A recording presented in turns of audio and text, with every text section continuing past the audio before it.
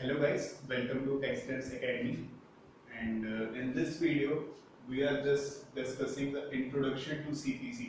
हम लोग सिर्फ CPC के बारे में जनरल सी कुछ बातें जानेंगे क्योंकि हम लोग CPC आगे पढ़ने वाले हैं, तो ज़रूरी है कि हम लोग CPC का इंट्रोडक्शन की क्लास लें। तो in this video we are going to discuss कि हमें CPC की ज़रूरत क्यों है। Why do we need CPC? Why do we need to study CPC? अगर लोग CPC ना पढ़े तो क्या प्रॉब्लम होगी? अगर CPC अगर ना हुआ होता, 9 एक्ट हुआ होता, तो फिर क्या कॉन्सिक्वेंसेस होते? फिर हम लोग 1908 एक्ट अपने the code of civil procedure 1908 हम लोग किसके बारे में पढ़ेंगे? तो firstly we will discuss why we need to study CPC। ठीक है,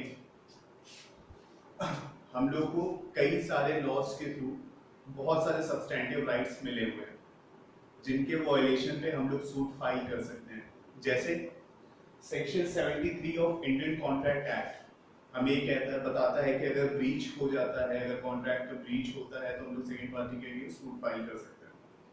या फिर हम लोग अगर टीपीए का एग्जांपल लें तो सूट ऑफ फोरक्लोजर हम लोग फाइल कर सकते हैं, सूट ऑफ रिडम्पशन फाइल कर सकते हैं, और भी कई सारे सूट हम लोग फाइल कर सकते हैं। अगर हम लोग पोजीशन की बात करें तो सारे पोजीशन सिक्योर करता है, वो हमें राइट देता है कि पोजीशन को बचाने के लिए हम लोग सूट फाइल कर सकते हैं। इसके अलावा अगर हम लोग बात करें तो पार्टीशन के सूट हम लोग फाइल कर सकते हैं। ये सब हमें राइट्स मिले हुए हैं, हम लोग सूट फाइल कर सकते हैं, हम लोग इस मैटर को एडजुडिकेट करा सकते हैं, हम लोग इस मैटर का जुडिशियल डिटर्मिनेशन करा सकते हैं। लेकिन द थिंग इज कैसे करा सकते हैं? हम लोग ऐसे ही जनरली जाके किसी भी कोर्ट में नहीं बोल सकते कि मेरा मकान इन्होंने ले लिया है, मुझे वापस दिलाओ। उसका एक प्रॉपर वे होता है, उस सब्सटेंटिव राइट को इन्फोर्स कराने के लिए एक प्रॉपर प्रोसीजर होता है। हम लोग को एक पर्टिकुलर कोर्ट में ही जा सकते हैं हम लोग, वो कोर्ट कौन है ये हमें CPC बताता है। वहां पे हम लोग अपनी कंप्लेंट कैसे दर्ज कराएंगे, कैसे अपनी कंप्लेंट रजिस्टर कराएंगे, कैसे कोर्ट को पता चलेगा कि हाँ कुछ प्रॉब्लम है हमें, उसका एक तरीका है, वो हमें CPC बताता है। और भी कई सारी चीजें होगी, जैसे CPC हमें ये बताता है कि सूट कैसे फाइल होगा, समन कैसे सर्व होंगे, डिफेंडेंट को कैसे पता चलेगा कि उसके अगेंस्ट कोई सूट इंस्टीट्यूट हो चुका है, या फिर पार्टीज कौन सी होंगी, कौन कौन सी पार्टी जॉइंट होके एक अकेले आदमी के अगेंस्ट या फिर कई सारे लोगों के अगेंस्ट सूट फाइल कर सकती हैं। तो ये सब सिंपल सी चीज है, हमें CPC प्रोसीजर बताता है।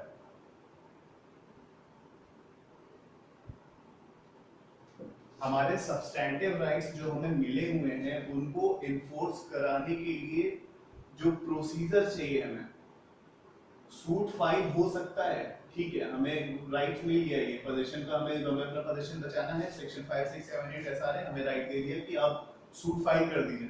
कहाँ कर दे, कैसे कर दे सूट फाइल, कौन सी कोर्ट में कर दे, कोर्ट में कैसे सूट फाइल करें, डिफेंडेंट को कैसे बताएं कि उसके अगेंस्ट सूट फाइल हुआ है, कैसे पता चलेगा डिफेंडेंट को कि सूट फाइल हुआ है, डिफेंडेंट को सूट पता चल गया कि अब नेक्स्ट स्टेप क्या है, कोर्ट क्या फॉलो करेगा, कोर्ट कौन सा प्रोसीजर फॉलो करेगा।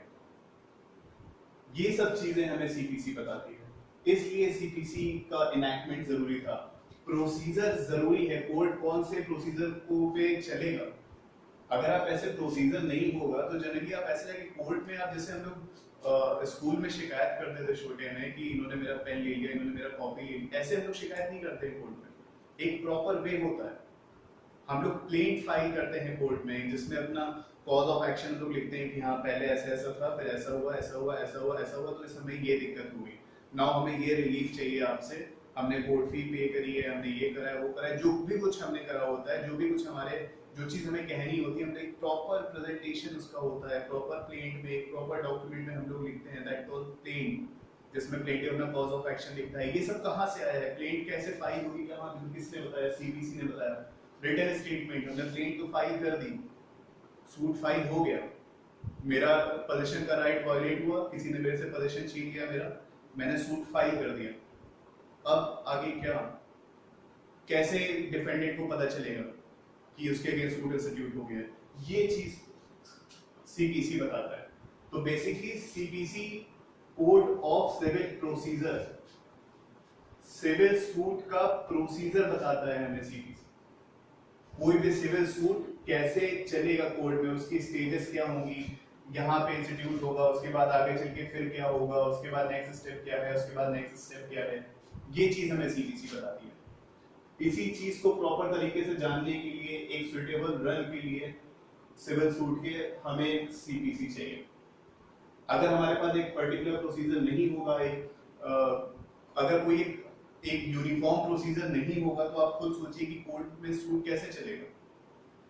अगर पता ही नहीं है नेक्स्ट स्टेप क्लेम के फाइल होने के बाद समन का है, तो कैसे समन जाएंगे?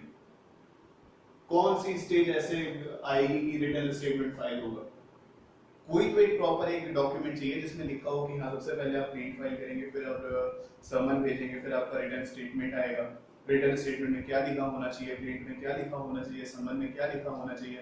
तो इन सब चीजों के लिए सीपीसी जरूरी है। कोई भी सब्सटैंटिव राइट को इन्फोर्स कराने के लिए प्रोसीजर चाहिए होता है। क्रिमिनल मैटर है तो उसके लिए हमारे पास कोड ऑफ क्रिमिनल प्रोसीजर है जो क्रिमिनल प्रोसीडिंग्स कैसे चलेगी वो बताता है।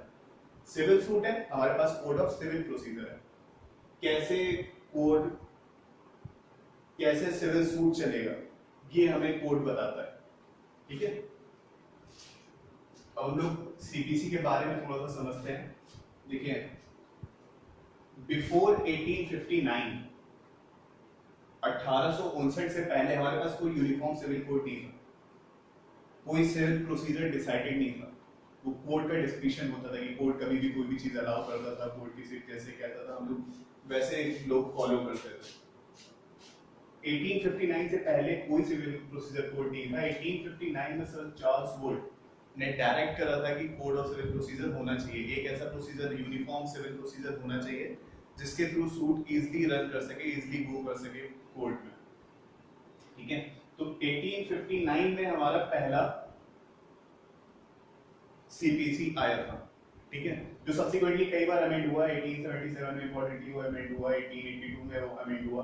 इन सब अमेंड के बाद जो फाइनली 1908 में सीपीसी आया वो हम लोग अभी पढ़ते हैं, कोड ऑफ सिविल प्रोसीजर 1908।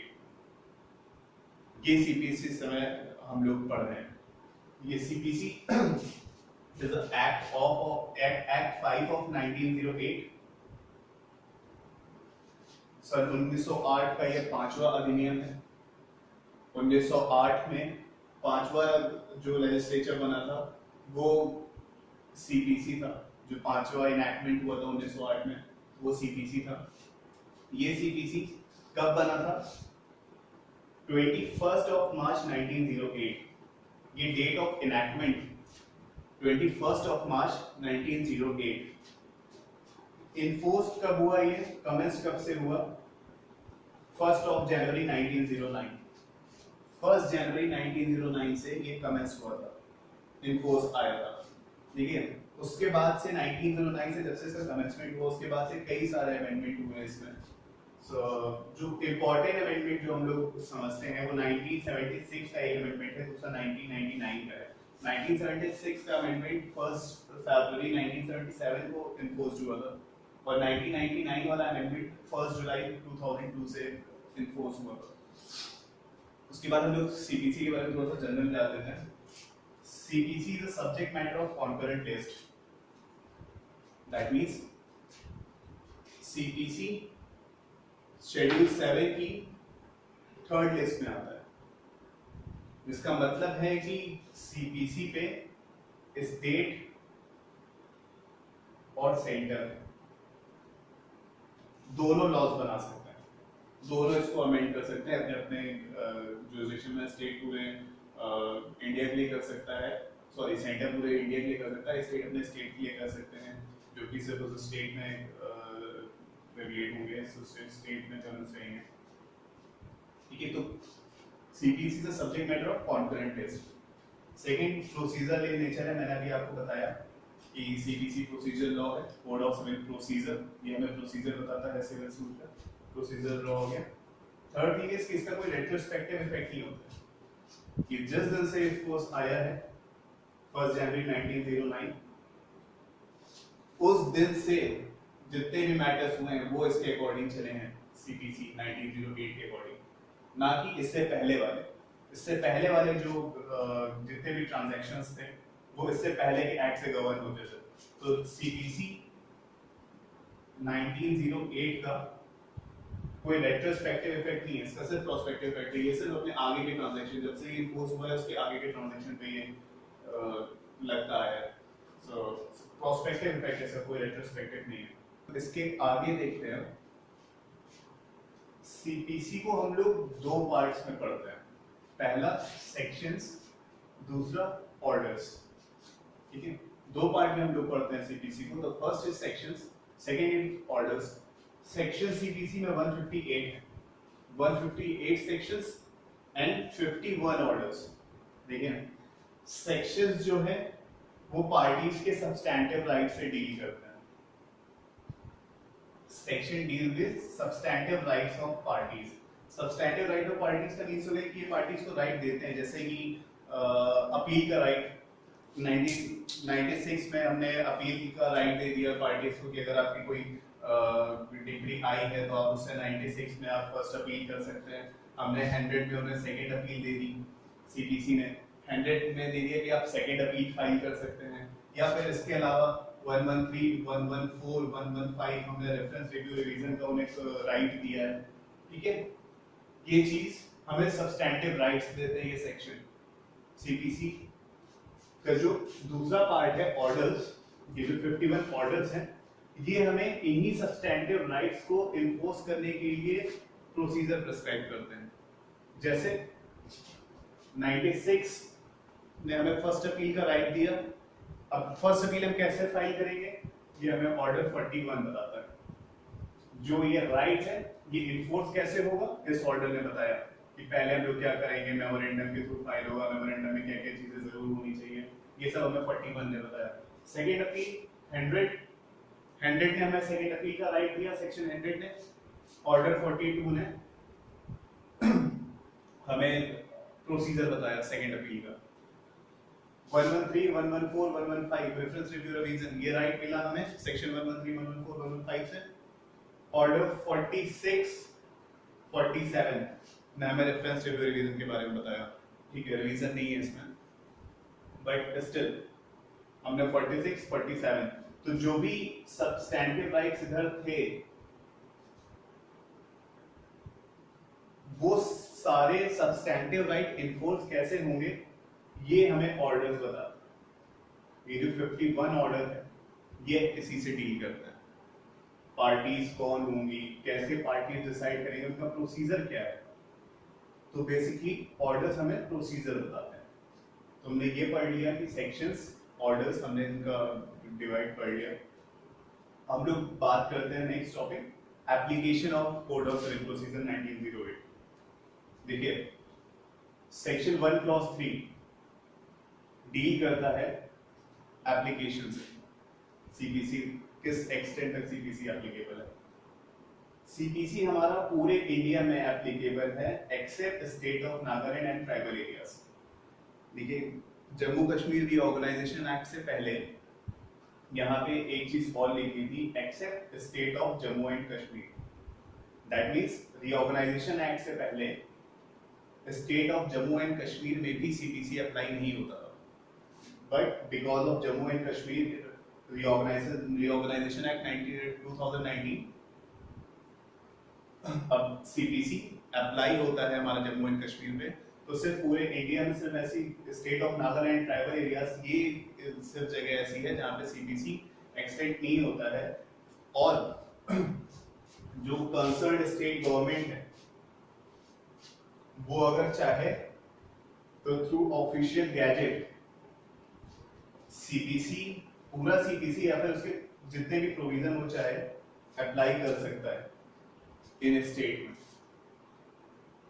ठीक है, state government, concern state government, जिस भी स्टेट गवर्नमेंट का यहाँ पे रूल है, अगर वो चाहे तो ऑफिशियल गैजेट के थ्रू एक्सटेंड कर सकता है सीपीसी को। सीपीसी को नागालैंड और ट्राइबल एरिया में अप्लाई कर सकता है कि सारे प्रोविजन या तो फिर कुछ प्रोविजन। ठीक है, तो हमने ये इसका एप्लीकेशन भी खत्म कर लिया।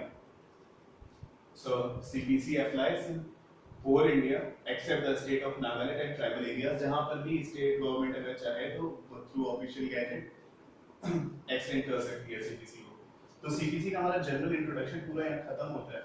फिर इसके बाद फिर हम लोग टेक्नीशियन कॉल से स्टार्ट करेंगे नेक्स्ट वीडियोस में। तो अगर आप लोग चाहें तो हम लोग, क्योंकि ये सीटीसी पूरा हम लोग स्टार्टिंग से पढ़ रहे हैं और हम लोग पूरा लास्ट तक इसको पूरा पढ़ के जाएंगे, so don't miss the change. जितना भी वीडियोस में अपलोड करूँ उसे प्लीज देखें, सो दैट आपका सीटीसी अच्छा हो सके। Thank you, we are done for it.